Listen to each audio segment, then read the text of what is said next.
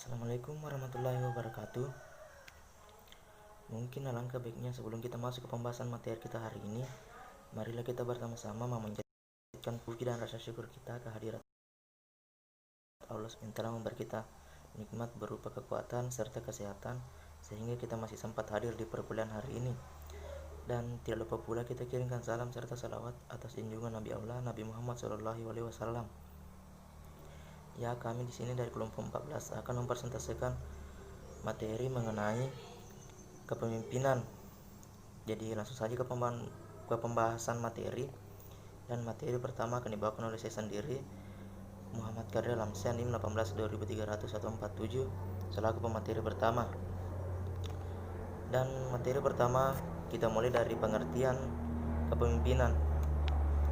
Menurut Hasibuan, kepemimpinan adalah proses di mana orang mempengaruhi orang lain untuk memahami dan menyetujui apa yang akan dikerjakan dan bagaimana tugas itu dapat dikerjakan secara efektif, dan proses memfasilitasi usaha individu maupun kelompok untuk mencapai tujuan bersama. Sedangkan menurut pendapat Kartono, kepemimpinan adalah kemampuan untuk memberikan pengaruh yang konstruktif kepada orang lain untuk melakukan usaha kooperatif untuk mencapai tujuan yang telah direncanakan sebelumnya. Selanjutnya adalah teori kepemimpinan. Teori kepemimpinan sifat. Dalam perkembangannya, teori ini mendapat pengaruh dari aliran perilaku pemikiran secara psikologi yang berpandangan bahwa sifat-sifat kepemimpinan tidak seluruhnya dilahirkan, akan tetapi juga dapat diciptakan melalui pendidikan maupun pengalaman. Sifat-sifat itu antara lainnya adalah sifat fisik, sifat mental maupun sifat kepribadian. Teori kepemimpinan dan situasi berdasarkan penelitian perilaku tentang pemimpin yang mendasarkan teori ini memiliki kecenderungan ke dua hal, yaitu konsolidasi dan teori transformasional. Kepemimpinan transformasional adalah gaya yang digunakan yang bergantung pada faktor-faktor seperti situasi, karyawan, organisasi, dan variabel-variabel lainnya. Teori kewibawaan pemimpin. Kewibawaan pemimpin adalah faktor yang paling penting dalam kehidupan kepemimpinan. Sebab dengan faktor ini seseorang pemimpin akan dapat mempengaruhi perilaku orang lain, baik secara perorangan maupun kelompok, sehingga orang tersebut bersedia untuk melakukan apa saja yang dikehendaki oleh pemimpinnya. Teori kepemimpinan situasi. Seorang pemimpin harus merupakan seorang pendiagnosa yang baik dan harus bersifat fleksibel sesuai dengan perkembangan atau tingkat kedewasaan bawahannya. Teori kelompok. Agar tujuan kelompok atau organisasi dapat tercapai, harus ada pertukaran yang positif antara pemimpin dengan pengikutnya. Adapun tipe-tipe kepemimpinan yaitu tipe otoriter, tipe laissez-faire atau biarkan mereka sendiri, tipe demokratis, tipe pseudo-demokratis, dan tipe hierarkic.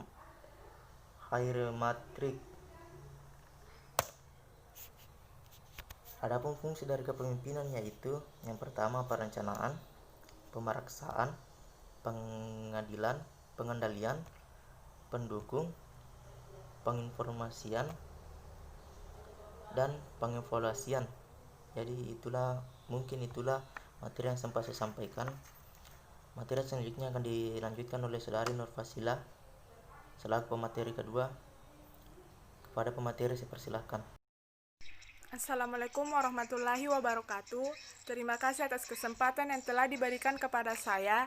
Saya atas nama Nur Fasilah, NIM 1823132. Baiklah, saya akan melanjutkan materi dari pemateri pertama, yaitu sifat kepemimpinan. Sifat kepemimpinan terbagi menjadi 6. Yang pertama, capacity, meliputi kecerdasan, kewaspadaan, kemampuan bicara, keaslian, dan kemampuan nilai.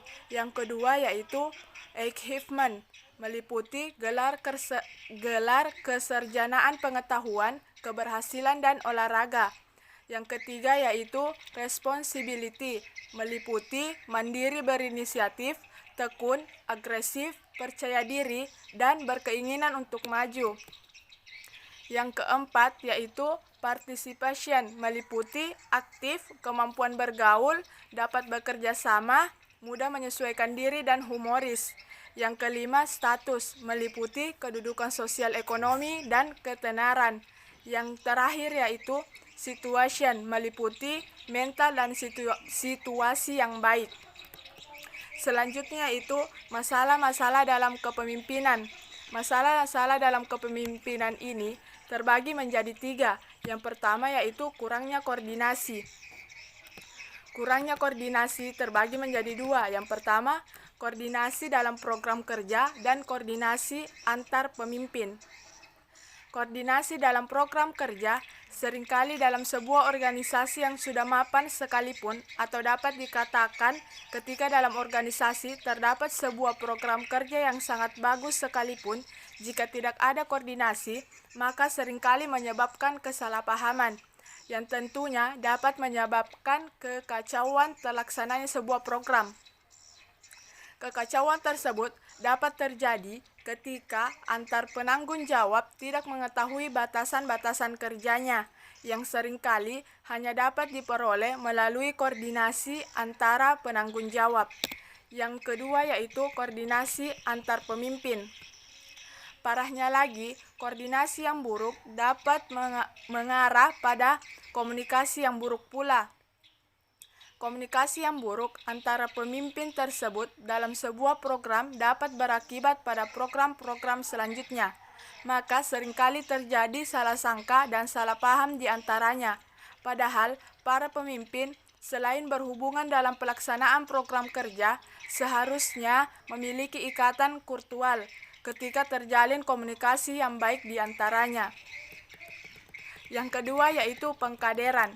Menurut Kamus Besar Bahasa Indonesia, istilah kader berarti yang pertama perwira atau bintara. Yang kedua, orang yang diharapkan akan memegang peran yang penting di pemerintahan partai dan sebagainya. Jika dalam hal ini kita ambil definisi kedua, maka istilah pengkaderan bisa diartikan sebagai sebuah proses yang menghasilkan orang yang diharapkan akan memegang peran yang penting di pemerintahan, partai, dan sebagainya. Pengkaderan ini terbagi menjadi 2. Yang pertama, rekrutmen. Bagi sebagian periode organisasi dan bagi berbagai macam organisasi, masalah pengkaderan ini dirasakan berbeda-beda. Oleh karena tingkat animo peminat organisasi yang berbeda-beda, misalnya animo artinya hasrat dan keinginan. Hasrat dan keinginan yang kuat untuk berbuat, melakukan, atau mengikuti sesuatu. Namun, pernyataannya, kesuksesan suatu periode adalah bukan sekadar sukses ketika masa jabatannya umum ketika dapat menghasilkan kader-kader periode yang lebih sukses. Maka, dapat dikatakan bahwa sebuah organisasi adalah ketika dalam suatu periode dapat dikatakan sebagai masa kerjanya.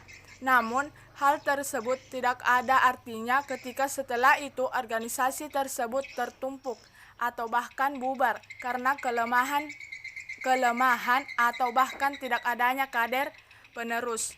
Yang kedua yaitu mempertahankan kader. Setelah berhasil merekrut kader dalam animo yang besar, jika tidak dapat memberdayakan dalam rangka mempertahankan kader-kadernya, maka seringkali kader-kader tersebut akan mengalami seleksi alam.